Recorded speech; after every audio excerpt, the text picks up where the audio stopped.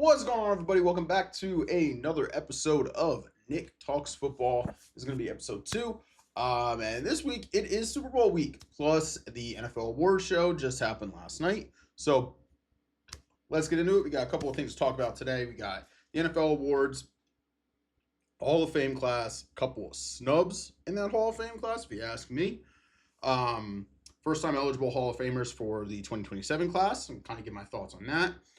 We got some more coaching news, and then I got a little bit to talk about what comes to the Super Bowl, kind of give you a bit of a game prediction and, things revolving around the Super Bowl. But before we get into any of that, I just want to start by saying thank you everyone so much for the support on the first episode. I know coming on a small channel, I am only at about 27 views. However, you know what? That's pretty good.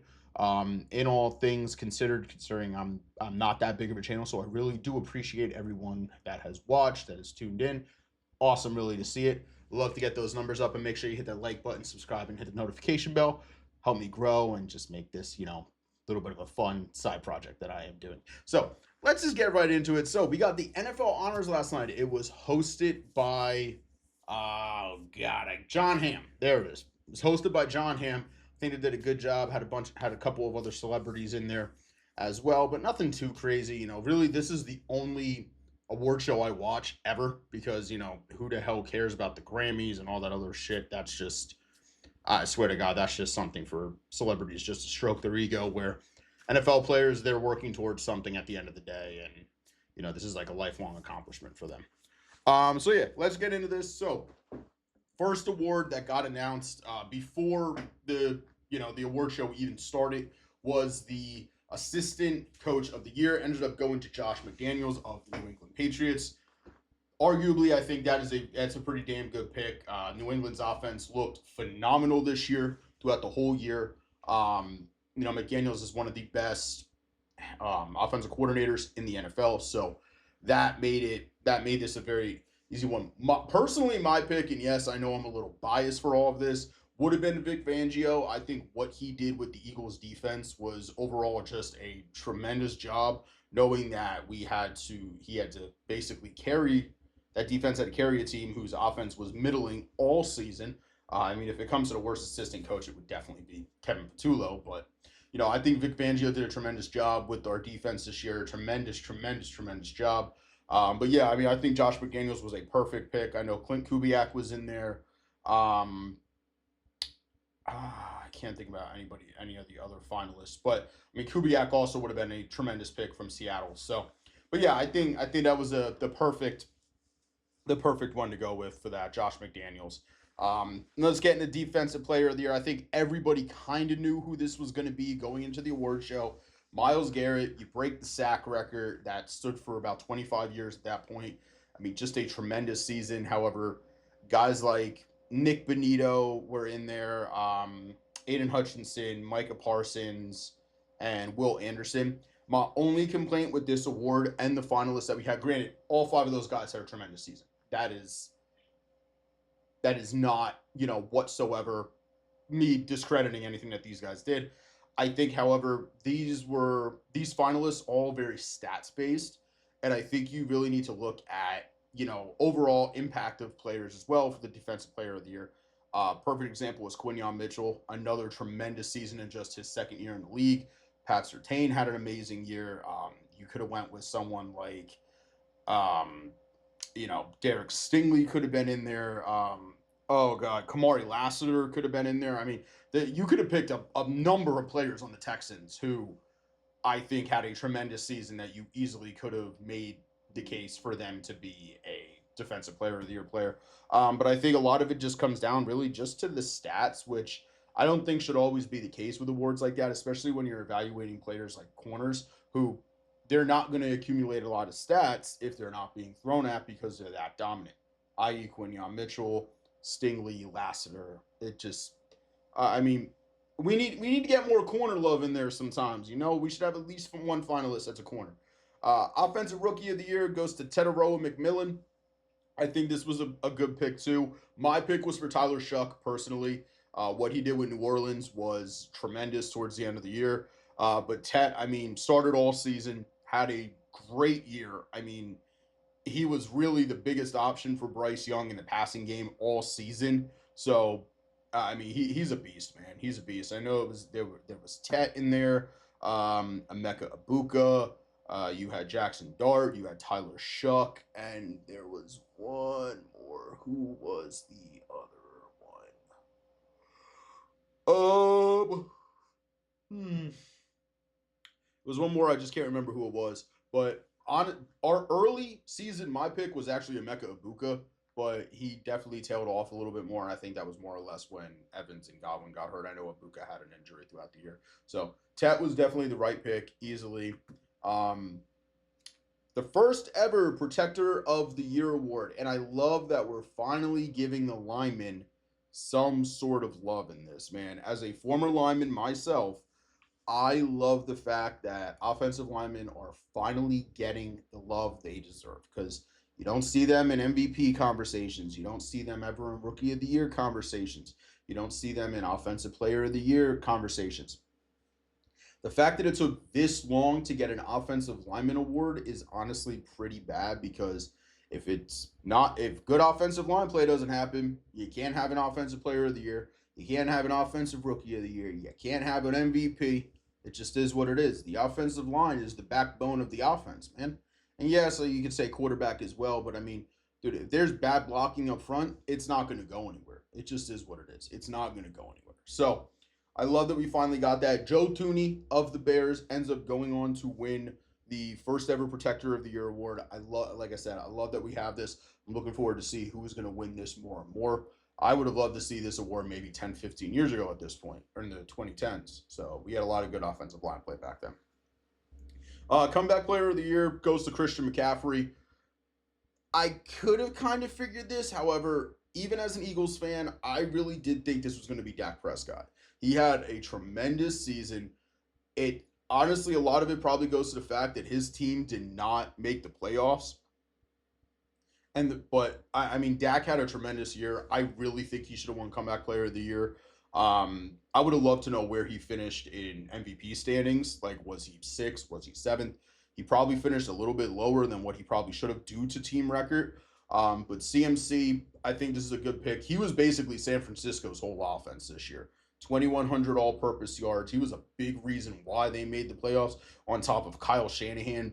I mean, just being one of the best coaches in the NFL consistently. So, a big shout out to Christian McCaffrey. I love that. His family is actually from the same area that I grew up in, so that's really cool as well. I love seeing that. I'm a big fan of CMC. I like the way that I like his game and everything. Being a receiving back, a running like receiving receiver out of the backfield, a running back. I mean, he does it all, man. He really does. He's a dog. Coach of the Year. This one goes to Mike Vrabel. He wins his second versus the New England Patriots coach. I will say this. I wouldn't have given it to Vrabel. They basically just gave it to the team with one of the best records in the NFL. I don't agree with that. Sean Payton wasn't even a finalist where I think he probably should have been. Mike McDonald was a finalist. Liam Cohen was a finalist. And then the other one was Kyle Shanahan. Kyle Shanahan should have won Coach of the Year this year. With the way that he dealt with all the injuries, everything that they had to deal with. Ayuk not playing most of the year, Pearsall being injured. I mean, Fred Warner and Nick Bosa both go down. Just, you know, um, Brock Purdy was injured for a good portion of the season. Man, it should have been Kyle Shanahan. It was a masterclass. It was probably the best coaching job he has done in his career with the circumstances. He made Mac Jones look like a good quarterback. I mean, brother, it should have been Kyle Shanahan. I don't care what the record is. You got to look at the overall body of work. And Shanahan should have been the coach of the year, and it shouldn't have even been close to that. So before we get on to the rest of the list, let me just grab a drink real quick.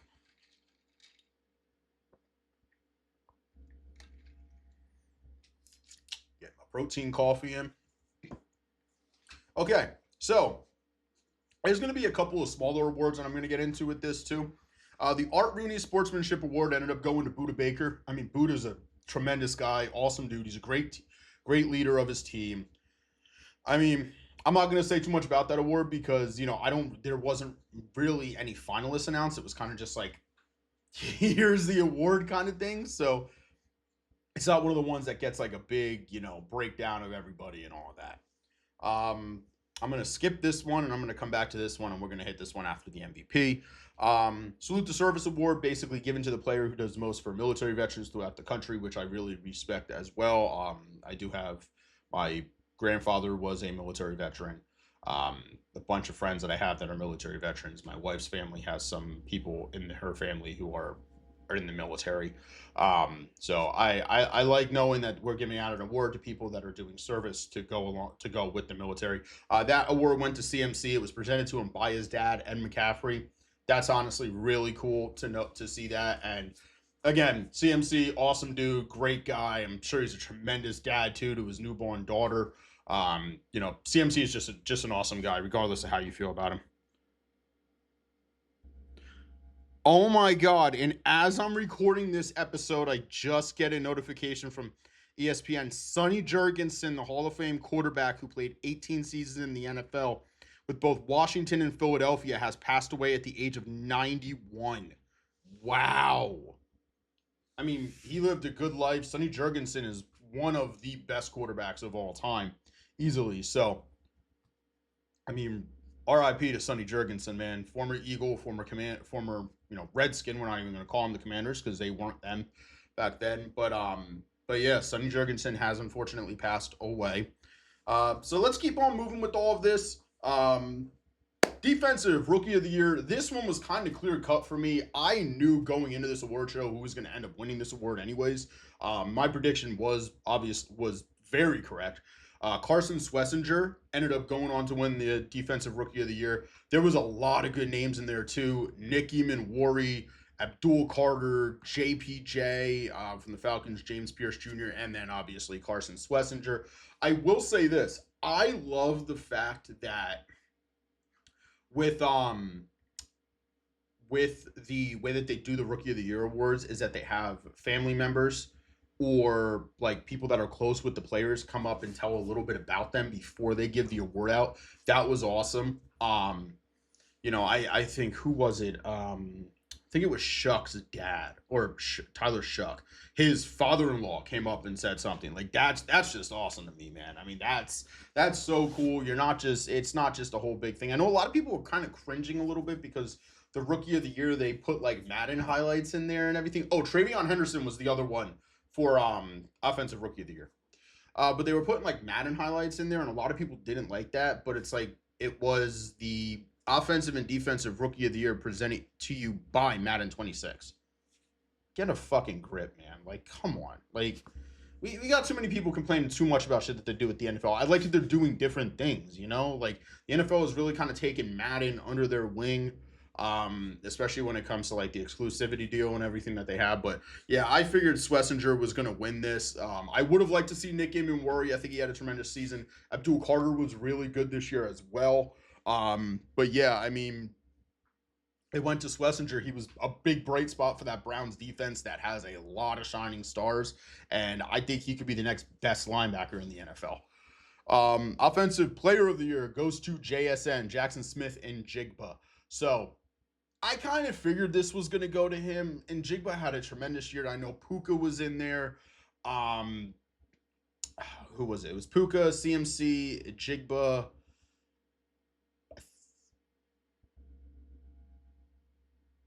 Don't remember who the other finalists were. Um, James Cook was probably in there. You lead the league in rushing touchdowns. Jonathan Taylor, I know, was in there as well. But yeah, kind of they figured this was going to go to JSN, Ohio State represent, with him being an Ohio State wide receiver.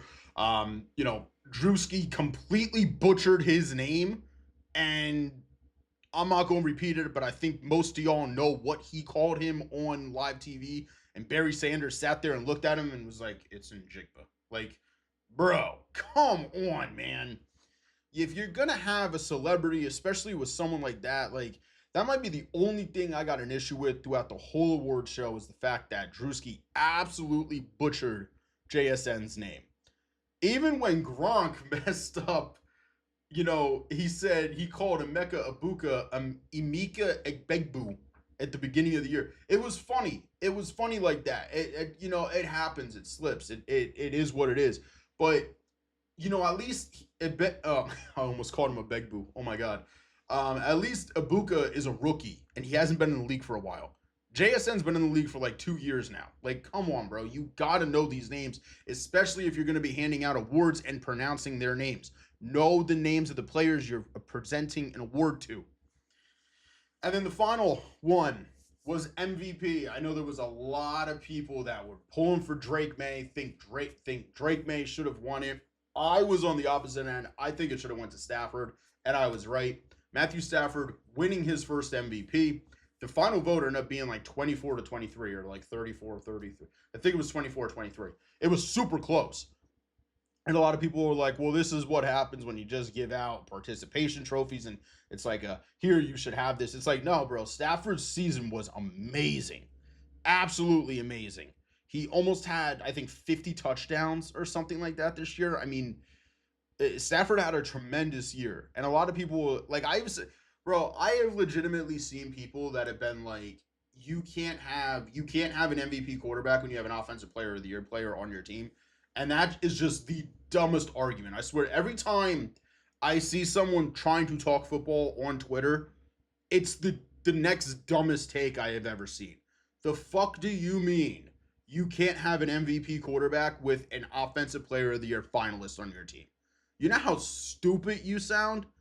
Like, absolutely stupid. The dumbest sports takes come from fucking Twitter accounts that don't know what the hell they're talking about and most likely paid for the blue check mark. I swear to God, it is getting so bad. And then the final award, and personally what I feel to be the most prestigious award that you can win at the NFL honors, is the Walter Payton Man of the Year award. Obviously, whoever won this award, it's a great honor that they had won this because of the amount of work that they had done within their community, throughout the team, everything that they do as a person, showing great personality, just showing how much of a caring person they were. I was pulling for Jordan Mailata personally. Um, but that being said, Bobby Wagner takes home the Walter Payton Man of the Year award this year. Shout out to Bobby Wagner. I love watching that and hearing about these players winning because you learn more and more about the philanthropy that they have behind just being an NFL player. Like, Bobby Wagner has a foundation dedicated to his mom who suffered a stroke. Like, I love that he's doing that. Like, anytime one of these guys wins, you learn more and more about them as a person. And I think that is the best way that you can really go to appreciate an NFL player. Someone who is a warrior on the field, who goes out there, who hits people for a living, but also is a philanthropist and uses their money for good and puts their money towards foundations and stuff like that. I absolutely love that. So, that being said, that is the NFL honors. Before that, though, there was also a mention that the first game in Melbourne, Australia will be being played next year. And they completely fumbled with this. I feel like the NFL fumbled with this, not because I'm an Eagles fan, but one, why are you putting the 49ers versus the Rams, a divisional game, mind you, in a neutral site location? No, no, no, no, no, no. That needs to be an out of conference game or a game that does not potentially have playoff implications on it. A divisional game at a neutral site arena, I can already hear it now. The loser of that game, if they miss the playoffs by one game or miss winning the division by one game due to the home records, the fan base is going to complain and they're going to be insufferable about it. The NFL should have made that game as either a non-divisional or a non-playoff implicating game, meaning an NFC versus an AFC game. Obviously, every game matters to make it into the playoffs. However, there are some games that just matter more. A divisional game. That Rams game, the Rams could be falling apart, man. They really can. That's supposed to be a home game for them. Guess what? If that was supposed to be a home game, you have home field advantage and you're on a bit of a skid. You need a turnaround game, but now you're like, shit, I got to travel to Melbourne, Australia to play a game against a divisional rival. And if they lose and it completely derails their season, man, that is going to be massive. It is going to have massive implications. Kind of the same thing with the 49ers too. Maybe it's supposed to be a 49ers home game. One of these teams is losing a home game, and that's the problem. In a portion where that game could matter. I don't like that. But also, I feel like the Eagles should have gotten that game for the whole point of we have an Australian born player on there. Jordan Mailata has been an ambassador to help link the NFL to Australia. And what do? You completely fucking snub them from having that game. I think that should have been in the Eagles. The Eagles should have played that game. So I honestly, it's going to be a good game. It doesn't matter. It's a 49ers Rams game. It's going to be a good game. I just think it should have been an Eagles game, and it shouldn't have been a divisional game. That is terrible. And then the NFL also announced that the Dallas Cowboys will be playing the first ever game in Rio de Janeiro. They have not announced who they are playing quite yet, but they have announced that the Cowboys will be one of the first teams to play in Rio de Janeiro. Kind of surprising because Dallas doesn't really get the international games much, but hey, you know what? As much as I hate to say it, Dallas is one of the biggest brands in the NFL, if not the biggest brand in the NFL, a lot like the Lakers and Yankees in their respective sports. But I think this is smart. You want to go to someplace you haven't been yet, there's really no NFL exposure. Why not send your biggest brand to that country? I mean, that's kind of a smart move on the NFL's portion. They better not make that a divisional game unless they plan to make it against, like, I can't even say the fucking Giants, because I think the Giants are actually going to be pretty damn good next year. But, like, make it against, like, a non-divisional opponent, man. Like, you can't have divisional games being out of country games. It just does not work that way. So, let's get in the Hall of Fame class. But let's address the two big elephants in the room. And I know I'm a little late on the one, and, you know, kind of in the same week as the other one. Robert Kraft and Bill Belichick were snubbed from the Hall of Fame this year in their first year of eligibility. So I'm going to start with the Robert Kraft one because my Bill Belichick rant is a lot longer. Kraft, obviously, he's still an active owner. He's going to get in. There's no question about that. He will easily get in to the Hall. It's going to happen. Should he have been a first ballot? Not really. I really think owners should be the ones that kind of get put in if the class is a little bit smaller and you slightly need a space filler. Like, Kraft would have been perfect if, like, we didn't have for example, let's say, like, Roger Craig didn't make it in, or they didn't put Vinatieri in this year. I'm going to get to that in a second too, but, like, you know, say that those guys, like, one of them didn't get voted, and then it's like, okay, we'll put Robert Kraft in this year. But the Bill Belichick one, and I know a lot of people are going to be like, well, Spygate and Deflategate. Yeah. It's like, brother, I don't give a shit about that, all right?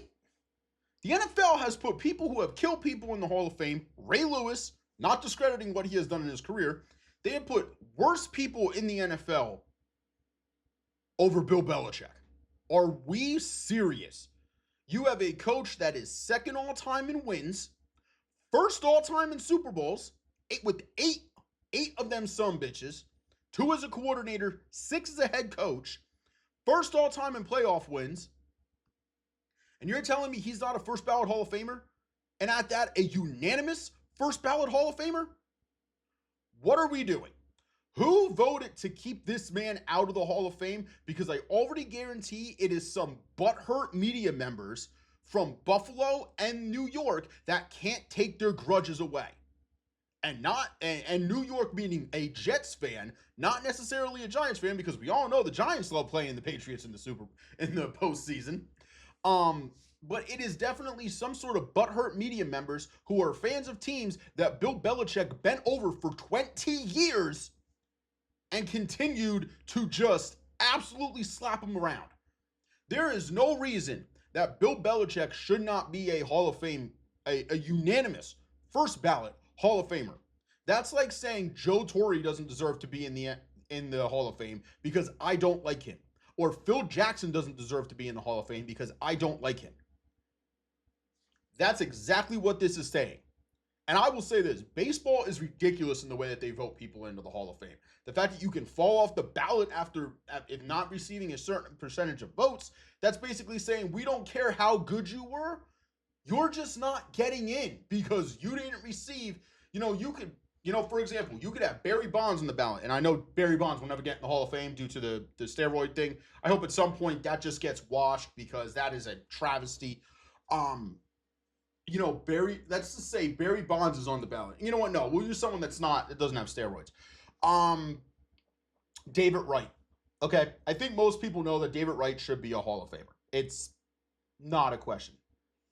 Whether he is in currently or not, I don't know every player who's in the Hall of Fame for Major League Baseball. Um, whether he's in or not, that's that's besides the point. But my point is, say David Wright is on the same ballot, and this is a whole hypothetical. And this is me saying how baseball's Hall of Fame voting is broken. Say David Wright is on the ballot with guys like Randy Johnson, Cy Young, Babe Ruth, and I know none of these guys will coexist, but I'm just saying, loaded bracket, and David Wright doesn't get a certain percentage of votes. Then it's like, you're off the ballot, you can't get in until you get voted in by another committee. What sense does that make? Now, granted, Bill Belichick will be a Hall of Fame coach, and that's not even a question.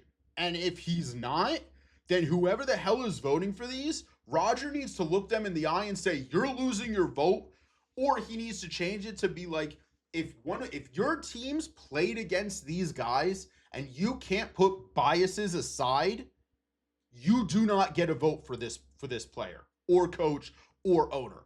Because I will tell you this right now, if Brady, when he becomes eligible to make the Hall of Fame, is not a first ballot Hall of Famer, there will be riots. Because, don't get me wrong, as a kid growing up, I hated Tom Brady. I hated how good he was. I hated how he beat my team in the Super Bowl. I hated how he was constantly there. I wanted change. It was kind of my same way that I viewed Alabama. All right? The older I got, the more I realized you can't hate greatness. You can get to the point where you don't like it, but you cannot hate on greatness. And regardless of what happens, that person is one of the best players to ever play in the NFL. For example, when the Eagles played the Chiefs in the Super Bowl 2 years ago, and, I know people that were celebrating and were getting ready to crown us champions. And I was like, no. Until that game is over, until it hits triple zeros, this game is not going to be, you cannot celebrate this game. It is too close. There's too much time on the clock for Mahomes. I despise playing Mahomes. However, I recognize how great of a player he is. So, my point in saying this is, if whoever the voters were that kept those two out of the Hall of Fame this year, especially Belichick, you need to get your vote revoked or you need to stop voting, because you are obviously overly biased and should not have a vote to talk about anything close to putting someone in the Hall of Fame. If you do not believe second all-time in wins, first all-time in playoff wins, and eight rings does not deserve to be a first ballot unanimous Hall of Famer, you are smoking crack, and you should not be talking about football or having any vote to put anybody in for any award or for any, and I mean any, Hall of Fame voting, because that is just ridiculous. Belichick, as much as I hated him, but I recognize greatness, should be in the Hall of Fame unanimously as a first ballot Hall of Famer. And I don't even think it's a fucking question. So now let's get into the guys that actually did make the Hall of Fame this year. And God, they were going through the list last night, and I was like, holy shit, I'm getting old. Because 4 out of the 5 guys that got voted into the Hall of Fame this year, I grew up watching. And I feel old. I started realizing I was getting old when Derek Jeter got voted into the Hall of Fame. CeCe Sabathia just this past year. Now I'm really feeling old, because some of these guys retired in the 2010s and 2020. This is insane. So, first off, one of the best wide receivers of all time, one of the best hands he was never flashy, never did anything crazy. Larry Fitzgerald got the call to make the Hall of Fame. He was the Cardinals. From the time he was drafted out of Pitt, he was the Cardinals. He was one of the best receivers of my time. Easily top 5 of my time. I mean, man, it was insane knowing that he's already in the Hall of Fame. I'm feeling old. Number 2, arguably one of the most instinctual linebackers I have ever watched play. He wasn't here for a long time, but damn it, he was here for a good time. The man, the guy, the center of the defense of the 2010 Carolina Panthers, Luke Kuechly. made the Hall of Fame. If I don't feel old about that, Jesus Christ. It's kind of the same thing with Andrew Luck. I mean, when Andrew Luck gets voted in, which, granted, does not have a long career, should get voted in. Don't get me wrong. One of the arguably most talented quarterbacks of all time. But Luke Kuechly is in the Hall of Fame. Number 3, one of the most clutch kickers in Super Bowl history. Long-time player. He played for the Patriots. He played for the Colts. He was clutch in every Super Bowl kick that he made to win the game. Adam Vinatieri. One of the best kickers of my generation, if not the best kicker of my generation. Move over Brandon Aubrey. He might not have the leg, but god damn it, he gonna make kicks in the Super Bowl. And that's more than I could say for Aubrey because Dallas ain't making a Super Bowl anytime soon. Number 4, this is an old timer, little bit of an older guy. First ever receiver to go for 1,000, or first ever running back to go for 1,000, and he got voted in his hometown. He was getting honored with this. Roger Craig. The fact that Roger Craig was not in the Hall of Fame already is absolutely insane to me. The first ever running back to go for 1,000. You know, I mean, the dude revolutionized the running back position at his time in San Francisco in the West Coast offense. So, Roger Craig, tremendous player, should have been in the Hall already. Kind of a lot like Sterling Sharp, but, you know, awesome. I love to see it. And finally, the last one and the most recent retiree and arguably a top 5 quarterback of all time, stats-wise. Maybe not talent-wise, but stats-wise is Drew Brees. And this one really made me feel old because I literally I was alive for the whole period of his career. And the fact to know that he just retired in 2020 is insane to me, which makes you really realize, like, man, next year it's going to hit even harder because a lot of people that I grew up with me having a lot of core football memories are going to be up for Hall of Fame consideration, and that is even crazier to me.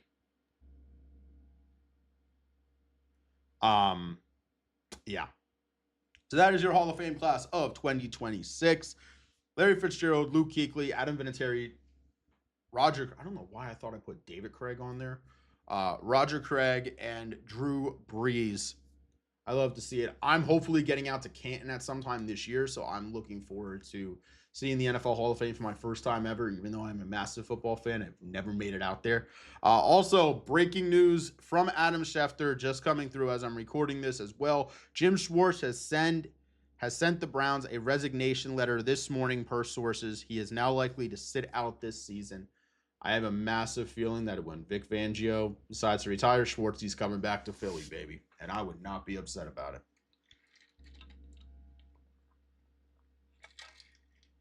A little bit of a drink break. Now, let's get into players who are first-time eligible next year for the NFL Hall of Fame, as this list was announced last night. So first off, you got Rob Gronkowski, Gronk. You got Ben Roethlisberger, Adrian Peterson, Richard Sherman, Cam Newton, Antonio Brown, Alex Mack, Andrew Whitworth, Eric Weddle, Gerald McCoy, Le'Veon Bell, Joe Hayden, Malcolm Jenkins, Brandon Brooks, Donta Hightower, and Ryan Kerrigan. So I think there are arguably 3, 4 absolutely no chancers in this one. I'll say 3 no chancers. One, I feel like it's a kind of thing. A couple that I don't think will make it, but will make it, but it might take a while, and then a couple that are surefires that are absolutely making the Hall. Actually, I think a lot of these guys are going to make the Hall. This is a really loaded class this upcoming year. So let's get out of the way the ones that I don't think have a goddamn chance in hell to make it. Antonio Brown. Not because stats. I will arguably say one of the best receivers of the 2010s. I just think the antics that he had leaving the NFL is going to hurt his chance to ever even make the Hall of Fame. And the fact that he is even eligible is insane to me.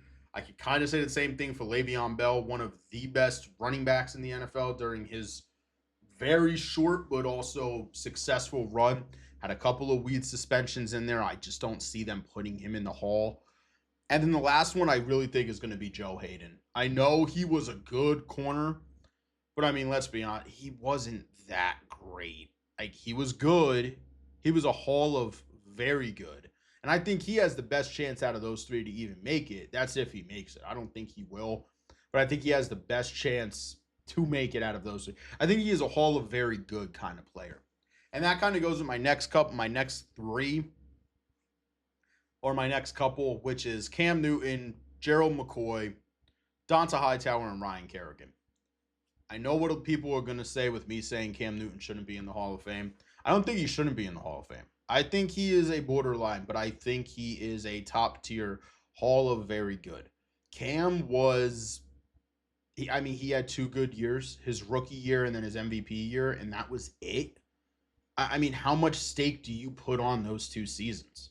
If you're saying that we're going to put a quarterback in the NFL or in the Hall of Fame for two good years, there are plenty of other quarterbacks that should be in the Hall of Fame. That means Jalen Hurts is a surefire Hall of Famer.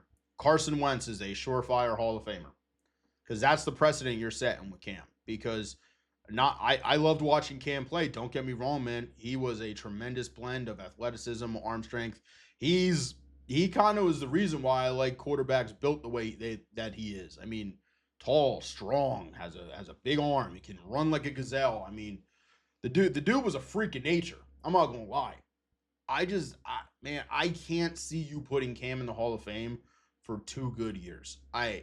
Really 2 good years, and that's no knock on Cam. He really only had 2 good years in the NFL, and that's it. I mean, are you saying that a rookie potential? I don't even remember if Cam won Rookie of the Year back then, but are you saying at least one MVP is good enough to put someone in the Hall of Fame?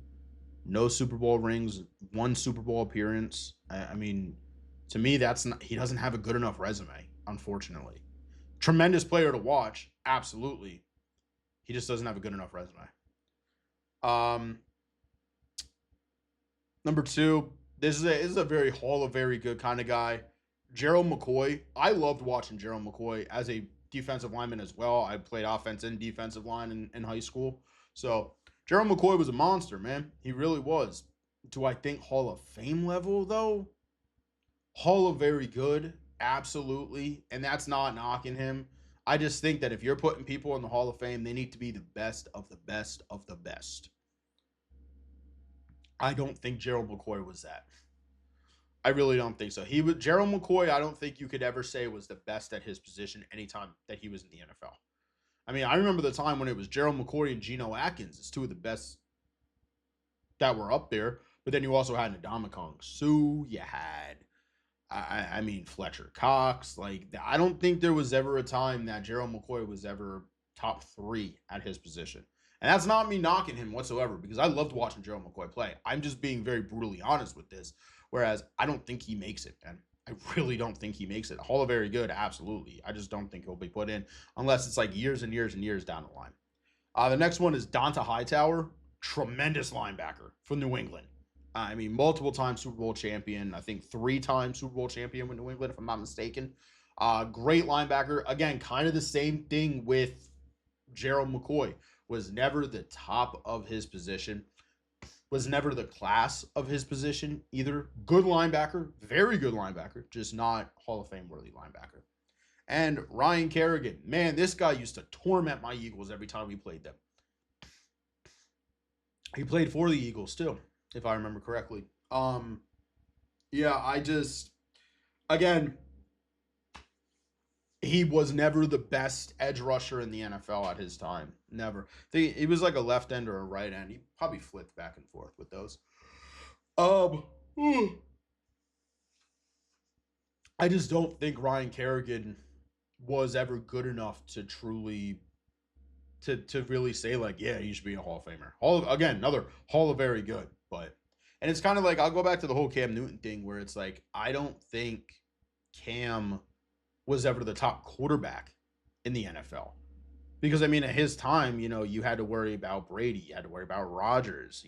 Ben was up there, Andrew Luck was up there. I mean, Cam's up there, man. Don't get me wrong; he was always a top 10 quarterback in his time in the NFL. I think his peak season as MVP was he was maybe 2. I'll argue 3. I mean, I just don't think he was ever the best quarterback, and he never had a stretch where he was ever the best quarterback in the NFL.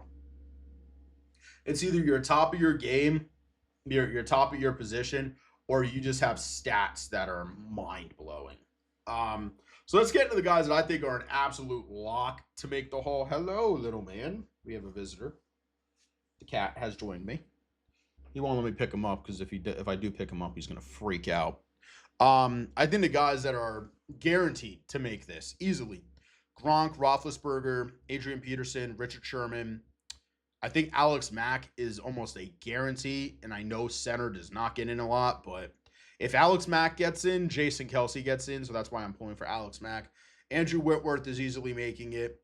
Malcolm Jenkins, I think, will make it. Brandon Brooks will make it as well. So let's just kind of go over this list, too. I mean, Gronk, arguably the best tight end in the NFL for about 6 to 7 years. 6, 7 years. Arguably one of the best tight ends of this generation. And you could argue to say the best tight end of this generation, putting him over Travis Kelsey, Tony Gonzalez, other guys that were very good. I think it's Gronk, man, all the way. Multiple time Super Bowl winner, holds a lot of records as a tight end, has single-handedly the best season for a tight end in NFL history.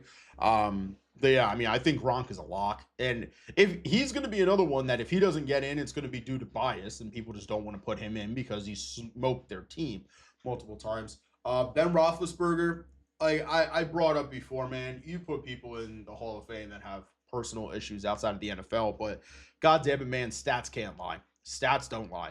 Ben never threw for 50 touchdowns. He's a 2-time Super Bowl winner. He got 2 Super Bowls. Sure, he was never top of his class in the NFL because most of his prime years were against Brady, Rodgers, and Manning. I mean, a lot of damn good quarterbacks at that time. But he was just consistent, man. 20 years in the NFL, accumulated a hell of a lot of stats, never won MVP, but he does have 2 Super Bowl rings. So I think the 2 Super Bowl rings for him are going to put him in there, especially with the stats. So, and arguably a top 10 quarterback since the 2000s, easily. Adrian Peterson, easy, bro. That's an easy first ballot. One of the only running backs since Sean Alexander to win MVP in the NFL. There have only been like 3 running backs from what I can remember in the NFL since 2000 that have won MVP. Adrian Peterson has been the closest to breaking Eric Dickerson's rushing record as well, and he single-handedly is one of the best players of the 2000s. Of the past 25 years, 26 years, however much you want to go. We'll say 26 because we're in 26 right now. He's arguably, yes, no Super Bowl wins. The farthest he ever got was a conference championship. But again, running backs is a little bit different because you got to look at stats more than you got to look at team accomplishments. AP is easily a Hall of Famer. Richard Sherman, absolutely as well, and not even a question about it. Arguably had a run of 3 to 4 years where he was the best corner in the NFL. Locked down, talked his shit, backed it up. Super Bowl winner. Defense, I'm pretty sure he won Defensive Player of the Year as well. Dude, you can't knock with his resume. He was phenomenal. Amazing. Alex Mack. I don't think a lot of people recognize how good Alex Mack was for his stretch of time. Was he ever technically the best center in the NFL? Maybe had a year or 2 where he was, but the problem is majority of his career he played on Cleveland. Cleveland wasn't good. So obviously offensive line doesn't get looked at the same way if a team's not good. Alex Mack was a constant. Him and Joe Thomas really were constants for Cleveland during that whole stretch of their bad years. And then he goes to Atlanta and he makes a Super Bowl. Dude, Alex Mack would have won a Protector of the Year award easily. The dude was a dog as a center.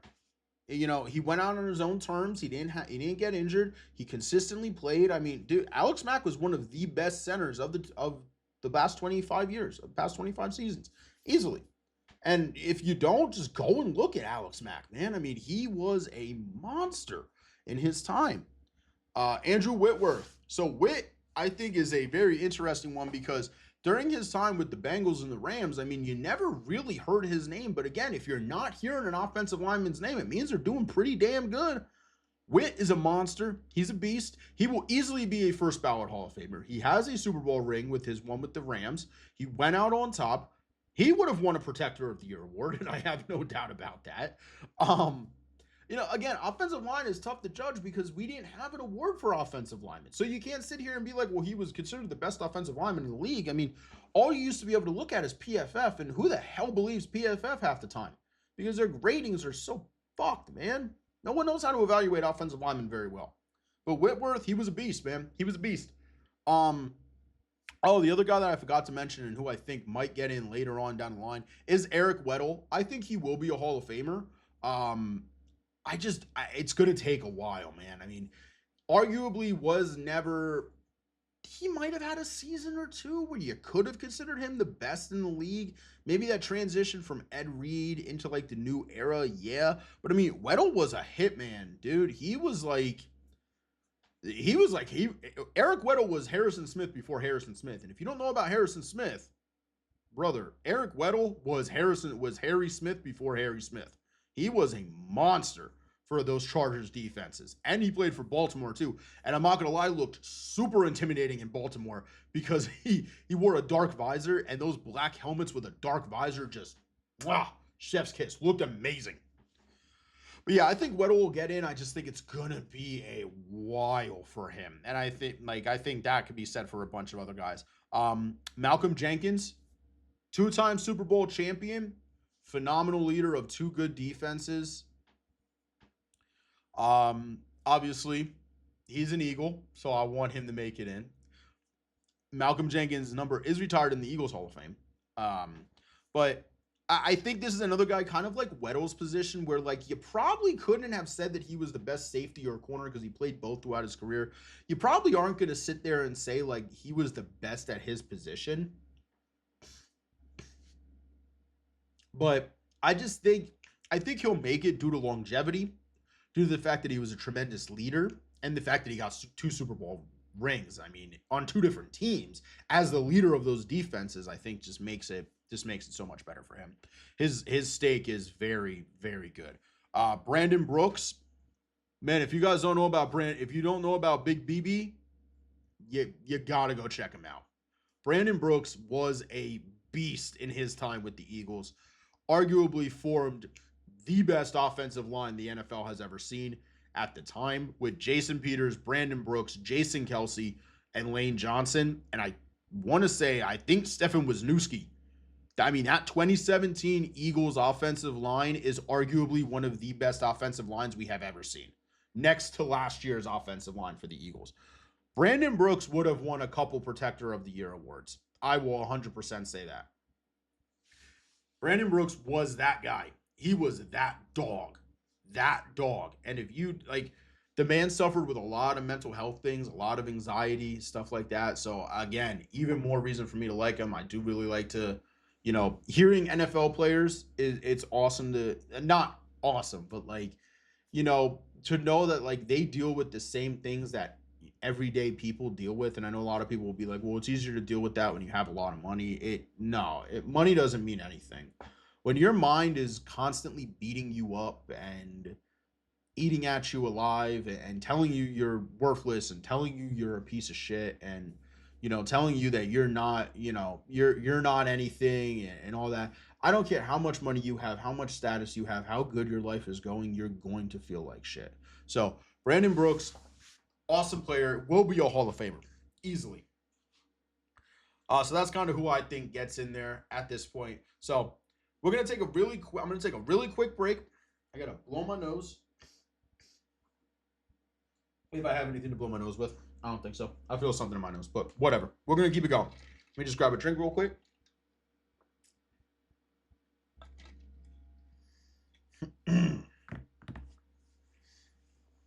All right, y'all. So we have some more coach news. Let's get into the fun stuff. The coach carousel is still moving. So the final two teams with no head coach have gotten their guys. Cardinals are hiring Mike LaFleur as their head coach, brother of Matt LaFleur, and possibly cousin of Peter LaFleur, who led the Average Joe's gym to the Dodgeball Federation title long time ago. No, just kidding. Dodgeball. If you've never seen that movie, please go watch it. It is hilarious. Raiders hire Clint Kubiak as their head coach. I loved Clint Kubiak. I really did, man. I would have loved to have him in Philadelphia. It just wasn't going to happen. I don't know much about Mike LaFleur. However, if he's anything close to what the Packers have with Matt, Cardinals are in good hands. Ravens, they kind of filled out their roster or their coaching staff a little bit more. Ravens hired Declan Doyle as offensive coordinator. He was in the running for the Eagles offensive coordinator position, decided to stay in Chicago and then he ended up going to Baltimore. Interesting, but we got our guy, and I love it. Anthony Weaver, former Dolphins defensive coach, is becoming the DC in Baltimore. We have Broncos promoting Davis Webb to offensive coordinator. Dolphins hire Sean Duggan as their defensive coordinator. I love this, bro. The amount of Giants fans that I said saying the Eagles wouldn't get a good OC, and then they go out and hire Matt Nagy. That's fucking hilarious. Jackson Dart regression about to hit like crack for them next year, and I feel so bad because Nagy is not that good of a play caller.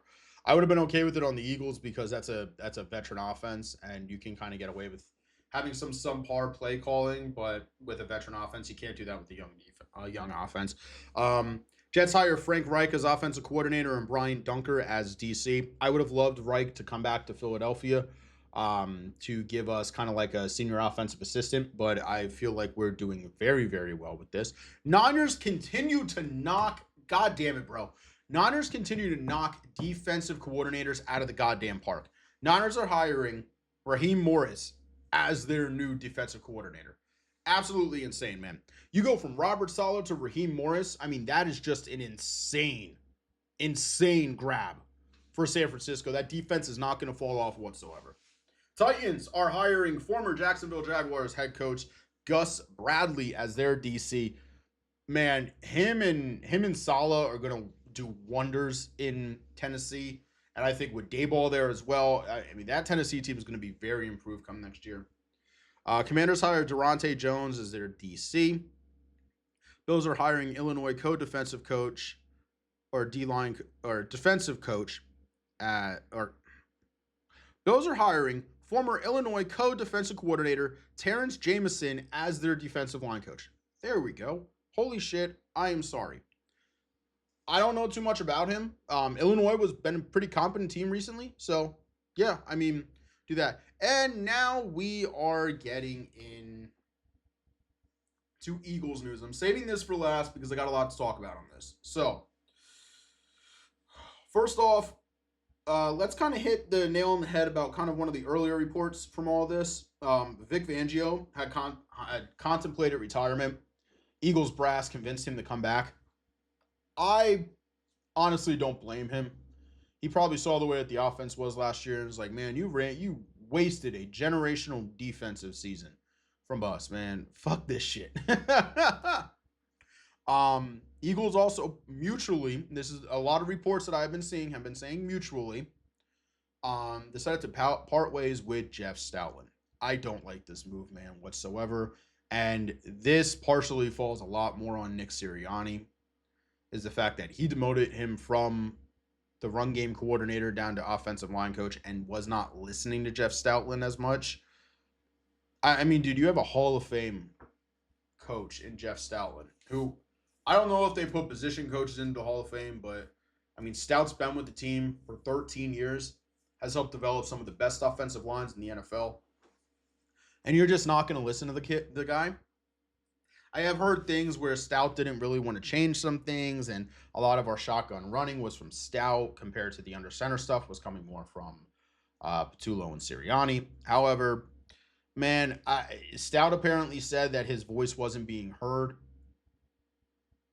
I don't know what it is. I hate the fact that we're getting rid of Stoutland.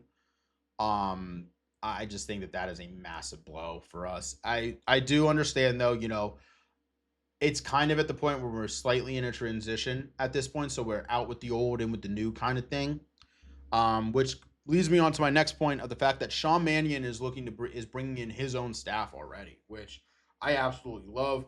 And the Eagles are also set to hire former Titans wide receiver coach, Ryan Mahaffey, as their tight end coach and run game coordinator. So he already has, he's worked with that. Seems like the Eagles are going to be switching more of a 12 personnel kind of team. I love that. Two tight end sets. Let's fucking go. Especially if we lose Goddard, we bring back, we go out, get Musgrave. I think we'll be good. Get another pretty decent tight end. This is where I think Kenyon Sadiq is going to be our pick in the first round. That dude's a freak in nature. Um, and the last one, this one just came out last night, man. Landon Dickerson is contemplating retirement. The man's been in the league for 5 years. He has been so banged up. He was so bad he could barely move to begin the season. Man, if the big dick does decide to go, you know, it kind of is what it is, man.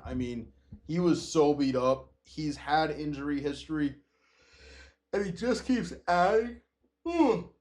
He just keeps adding to it every year. Um, it's kind of like the same thing with Lane Johnson, where Lane Johnson gets banged up for a couple of games, and it's like you don't want to let him go because of how good he is, but like if it comes down to it, it comes down to it, man. It sucks, it really does, but like I said, out with the old, in with the new. We're in a transition at this point, and if this sets us up even more for a long-term run, long-term dynasty, we got two bowls at this point, man, and think there's going to be some changes coming, and I'm confident in Howie and um, Jeffrey Lurie to make the right decisions. Does seem like Mannion's getting full autonomy over the offense, which I absolutely love. I've heard a lot of things where Moorhead's probably going to get cut um, as our wide receiver coach, as our wide receiver coach. I also don't like the fact that the Eagles cut ties with Scott Loeffler this week, which is crazy because he's schemed up a lot of the red zone shit. Maybe he'll come back as something else, but we'll have to see. We'll have to see. Maybe like a pass game coordinator or something. I don't know. I don't remember if we hired a pass game coordinator yet. We might have not have, but we might have also. But yeah, so that's gonna do it with all the coach carousel stuff. And as we're approaching the hour point of this podcast and talk show, let's get in the Super Bowl, man. So it's Super Bowl. It is Super Bowl week. Super Bowl Sunday. This time last year we were, on Super Bowl week. I was getting ready for the Eagles to play. Yeah, and unfortunately this year we ain't. Got the Seahawks versus the Patriots this week. So yeah, let's get into that. So game prediction wise, I can't tell you how this game is going to go either way. I'm not going to lie to you. I think this is going to be an extremely, extremely, extremely tight game. I will say this. Sorry.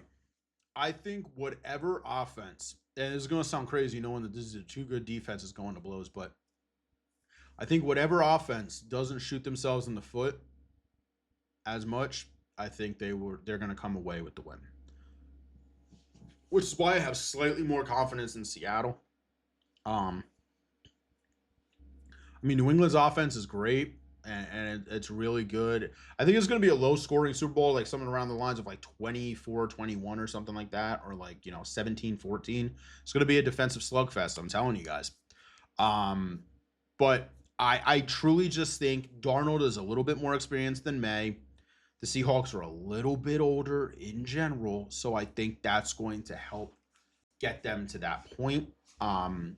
I really do think it's going to be Seattle coming out on top, but I think it's going to be in a very close game. I think they'll be down 14-10 late in the game, and McDonald's not going to fuck up and call a pass play on the goal line. And if he does, it's going to be a throw to the tight end on like a leak route or something like that, or it's going to be like something to Jackson Smith and Jigba, or he's going to go to Kenneth Walker. I don't know, man, but I do think it's going to be a really good game. It's going to be a tight defensive battle in general, and I really think it's going to come down to whatever offense doesn't shoot themselves in the foot. I think crazy enough for me to say this, I think I slightly trust Darnold a little bit more than I trust Drake May. Again, Drake's only in his second year. He's going to have more opportunities, man. Absolutely. I just think that with everything Darnold has went through the past couple of years, kind of sitting, learning from smart quarterback coaches, I mean, I think I slightly trust Darnold a little bit more than I trust Drake May. And I'm telling you, man, if I'm trusting Drake this much, I'm trusting Darnold that much. Like, I think it's really going to come down to the fact of I think Seattle's going to be able to run the ball very well. I think K9's going to have a pretty good game. I think if Seattle can get their run game set up early, kind of get Darnold into a nice little rhythm. He doesn't have to go for 300 yards, man. He doesn't have to have a Jalen Hurts performance like last year. No, have him throw for 150, 200 yards, play smart, conservative. Like, I don't want to say conservative because you lose games with conservative, but like smart, I mean, I guess you can kind of say conservative. Don't try to fit the ball into tight windows. New England got good corners. Take what the defense gives you.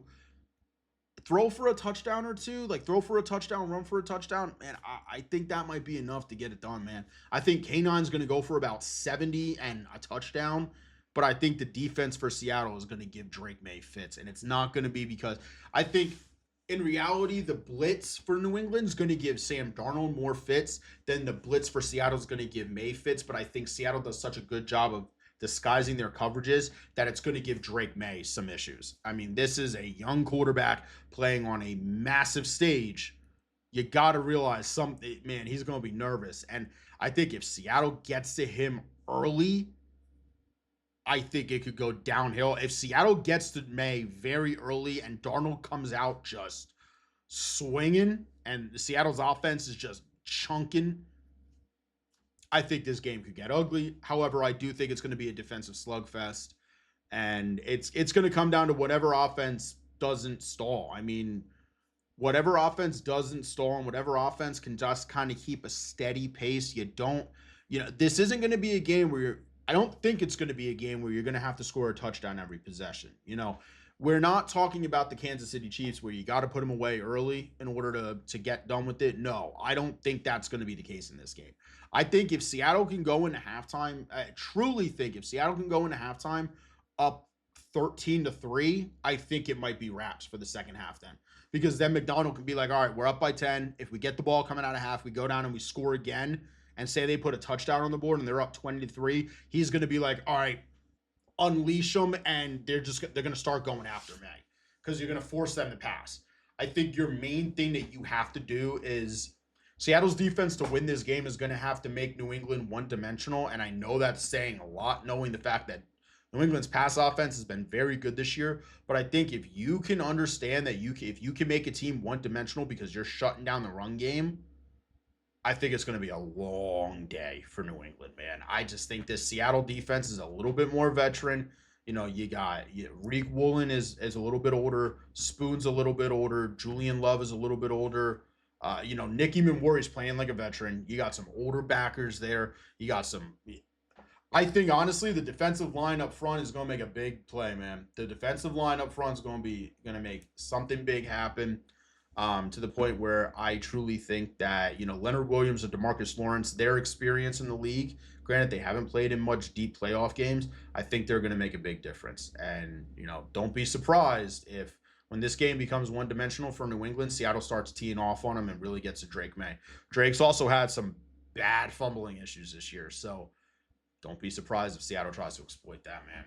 Sending Eamon Worry on blitzes and I think disguising your defense is going to do wonders, man. But I truly believe it's going to be a shootout. But if Seattle jumps on it early, this game could get ugly quick. I think the other thing is, too, I know a lot of people might be a little jaded on this. I'm actually looking forward to the halftime show, man. I'm looking forward to vibing out with Bad Bunny.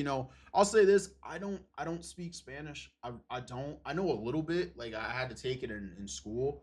I never took it in high school. I actually took German in high school. But I know a little bit. I will say this. I don't speak Spanish. I don't very much so understand it. I don't understand the lyrics of Bad Bunny's music. However, I can say this. They're upbeat, they got a vibe, and they got a nice beat. I can vibe to that. I'm not gonna lie. I'm gonna be like, I'm gonna be vibing to it, man. I'm gonna be vibing to that because I think he's gonna put on an awesome show, man. I think he's gonna put on a great show. I think it's gonna be an awesome Super Bowl halftime show. I think there are going to be a lot of people that aren't going to like it because they're going to be like, well, they shouldn't have a Spanish performer performing at an American event. Hey, you know what? That's fine. To each their own. Everyone has their own opinion. That's perfectly fine. Just if you don't like it, don't shit on people that enjoy it. I'm gonna tell you right now, I'm gonna enjoy it. I enjoyed Kendrick Lamar's halftime show last year. It's also easier to enjoy a halftime show when the team's kicking the shit out of the other team. Um, all the jokes leading up to that would be like, it's going to hit like crack when Kendrick does all of the stars and the Eagles are up by 14 by like 30 at halftime, and it's like the Eagles are up big at halftime, and everyone's like, "Holy shit, it was a joke." um, I will say this. I think a lot of the times, if you don't like the halftime show, it's people coming to reality, and this is mostly older people. Like, and this is not me trying to sit here and shit on boomers or the Gen X or whatever, but just because you don't like it, it means that you're not the demographic they're targeting anymore. The NFL is realizing that, the older fans are, let's not to get morbid here, but they are starting to get a little bit older, starting to die off a little bit, they're tailoring, the NFL is starting to become a worldwide thing now. So you're trying to tailor to so many different people, and they're trying to tailor to the younger generation because, people my age who are like 30, we're not even really the target demo, like my people, like people my age, we're really not even the target demographic anymore. Like, they're trying to focus on even younger, the generation after me. I'm one of the last years of the millennials, so like they're trying to target on Gen Z and everyone younger than Gen Z, and you know what, that's fine. I'm okay with that because I'm someone who has such a broad spectrum of music that I listen to that, I it doesn't bother me when it's like, would I like a country music halftime show? Absolutely. I love country music. I would love a country music halftime show, or I would love like a band to do it. I would love that, but I'm not getting bent out of shape because the last couple of years we've had rap music. I loved Kendrick Lamar's performance last year, man. I think he did a tremendous job. Him and SZA did a great job between all of the stars and Luther. I mean, I did a tremendous job. I loved the Super Bowl in Los Angeles where it was Dr. Dre, 50 Cent, Eminem, Snoop Dogg. I mean, I think they did a tremendous job.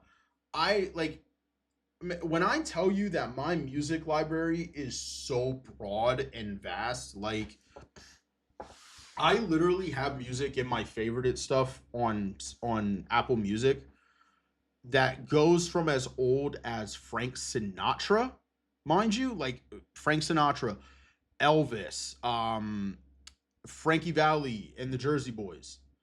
I got stuff like that. I can go, then it can switch to it can switch to Earth, Wind, and Fire, and stuff like Earth, Wind, and Fire, and Pink Floyd, and Queen, and then it gets a little bit newer, and you can go into like the hair metal era. So like early Metallica, Motley Crue, Guns N' Roses, and then we get in the '90s, kind of like the more boom of rap. So you get some NWA in there. You get Tupac. You get Biggie. You'll get early Eminem, and then you'll get '90s country in there. You'll get '90s rock like Nirvana and Alice in Chains and stuff like that. And then you'll get into the 2000s, and you'll get into like more of the 2000s country because my era, like my favorite era of country music was the 2000s, like the late '90s, early 2000s. So like the top of the power of like Blake Shelton and Tim McGraw and Alan Jackson. That was my favorite era of country music. Don't get me wrong, like Brooks and Dunn, stuff like that. Like that's a lot of what my playlist is, but like it'll be like you'll have that country music, and then you'll have like the 2000s rock of like Breaking Benjamin and Linkin Park, Green Day, stuff like that. And then you'll get into like 2000s rap, so you're getting to like 50 Cent. You'll get into The Game. You'll get into Eminem. You'll get into later Dr. Dre. You'll get into some Snoop Dogg. Like, and then we can go into like the 2010s and like then you'll get like Drake and early Kendrick, Luke Bryan, 2010s country, Florida Georgia Line, early Morgan Wallen. Like you'll get there's not much rock too much in the 2010s. Like rock kind of fell off a little bit there. I can't forget that you could throw in metal like Slipknot, System of a Down, and stuff like that. Um, Pantera is in there. Like my music, like me and my wife could like go on, like we could go driving, like say we're going to do errands, and like in the little bit of time that we're doing errands, you can get everything from like Earth, Wind and Fire to Slipknot to Bad Bunny to Sabrina Carpenter to Frankie Valli to Boys to Men, like Backstreet Boys, like you can get everything. So my point in saying this is the fact of there are people like me that aren't going to complain about the halftime show, and they're going to enjoy Bad Bunny vibing out, and I'm going to enjoy Bad Bunny vibing out. I can already tell you that I'm going to enjoy Bad Bunny having a good old time up there at the Super Bowl halftime show. And I know there's a bunch of excuses like, oh well, he's not American, brother. Puerto Rico is in America. It's a territory of the United States. Shut up. Shut up. just please shut your mouth. All right. The same people that don't think Puerto Rico's in America doesn't believe that fucking Alaska is part of the, like, you know what I mean? Like, come on, bro. Like, just shut up. Stop fucking complaining. Come to grips with the fact that you are not the targeted demographic anymore for one of the biggest sports franchise, one of the biggest sports monopolies in the country, and just fucking enjoy it, man. I'm not gonna lie, I sat there and I sang every single Kendrick Lamar song last year because I know every single song he put out. I've been listening to Kendrick since Good Kid, Mad City. I've been listening to Kendrick since I was in high school, and that was 16 years ago. If they wanted Drake to do a halftime show, I'd sing every song from Drake because I know almost every song he would have performed. You know, man, I mean, I don't get it, man. Understand that if you are older, you're not the target demographic anymore. They're picking people who are known around the world because the NFL is becoming global. This isn't like when it was, this isn't even like 25 years ago when we had Bruce Springsteen do it, or when Paul McCartney did it, or Janet Jackson, or anything like that. This isn't that long ago. Like the NFL is just not known in the US anymore. It's known worldwide. Bad Bunny is the most streamed artist on the planet. Vibe to the music. Don't worry about the lyrics. My biggest thing that I can tell you is don't worry about the lyrics. Don't worry about understanding the lyrics, bro. Just vibe to the music.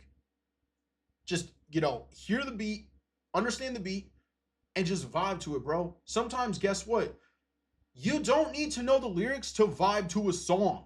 There's some music, yes, you should know the lyrics to vibe to the music. That's cool. I'm a bit of a weirdo when it comes to music because I like learning like the definitions behind the songs and why they were written, what the song's about, like because I just like to know that stuff. Like I like to learn that stuff. But like, man, like someone like Bad Bunny or like like when Justin Bieber did Despacito with Daddy Yankee, bro, nobody knew the fucking lyrics. Like, come on, man.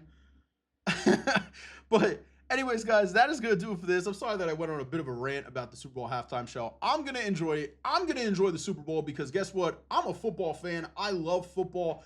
I don't care who's playing. I don't care if this Super Bowl was the damn Cowboys versus the Patriots. Guess what? I'm still going to watch it because at the end of the day, this is the last game of football we get until August. Enjoy it. Love the game. Pray for a good game. You don't even need to root for anybody. Honestly, I'm not rooting for anybody. I'm rooting for players to have good games. I'm rooting for JSN to have a good game. I'm rooting for Travion Henderson. Shout out Ohio State. I'm rooting for Milton Williams to have a good game. I would like to see Christian Gonzalez do good. I'm rooting for players to have a big game. I'm hoping for no major injuries, and I'm just hoping for a solid game. I would hate to see a blowout. It's different when your team's playing because you're like, yeah, I want to blow up because this is going to be easy. But when your team's not playing, just root for a good game.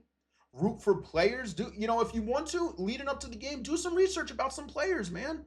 I'm rooting for Sam Darnold to have a good game, man. Revitalize your career, bro. This man went from playing on the Jets to getting mono to now being a Super Bowl quarterback.